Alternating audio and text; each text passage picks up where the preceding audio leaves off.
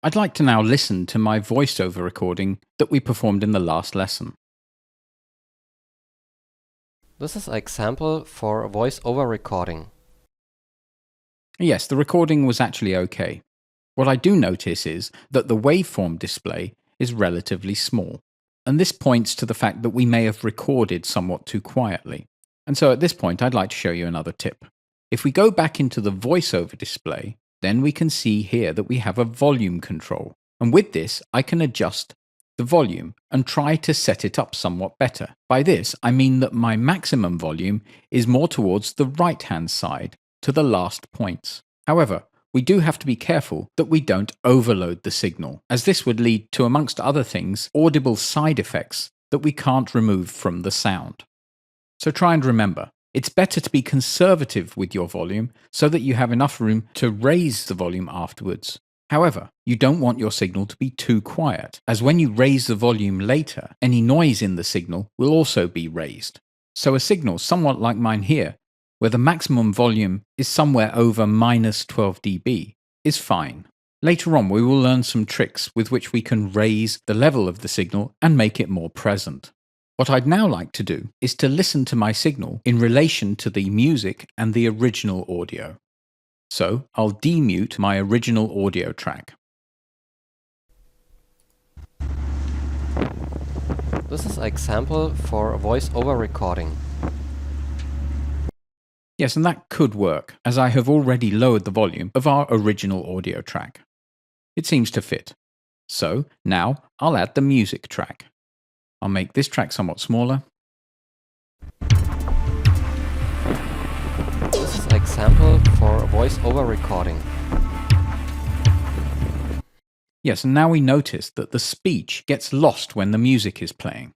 So somehow, we have to bring the music down in volume at the points where I am talking. And the way to do this, we've actually learnt previously. I have to adjust the volume envelope. And I can activate this by going into my music track and activating the volume button. Now we have this volume line that we can adjust.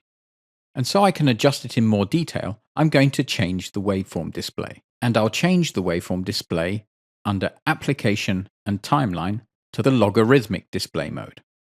Now we can see that the line is higher up. As mentioned though, this is simply a display factor. So what I seem to need are 2 points here and here that can be lowered. However, if I was to do this, we know how, by holding the Shift key, then I can lower the 2 points. But we would have created a volume envelope that gets lower and lower from the beginning point and then raises up slowly to the end point. And that's definitely not what I want. So I'll undo. And what I need to do is create 2 extra points on either side of the points we wish to adjust. So now when I move the line down by holding the Shift key, the music isn't affected over its entire length. I'll adjust it to a random value, something like this, for example, minus 33 dB, and I'll listen to it.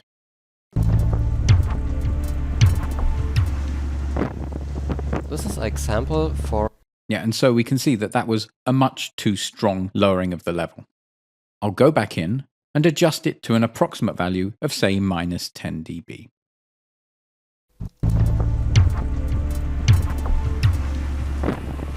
This is an example for a voice-over recording.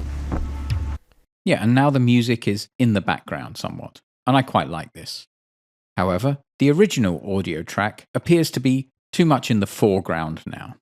So I'll also adjust this. Original track, create a bit of place, and also here I have to make sure that volume is active. Then I can create the 2 inner points and the 2 outer points. And now, with the Shift key held down, I can lower this section too. And I'll also adjust this down 10 decibels.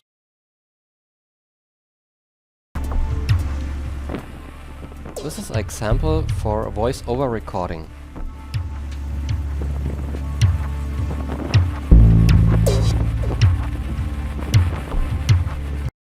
And yes, I quite like this. If I was to make further voiceover recordings, then of course I'd also have to do this lowering of the level at the relevant points. But this goes pretty easily and certainly very quickly.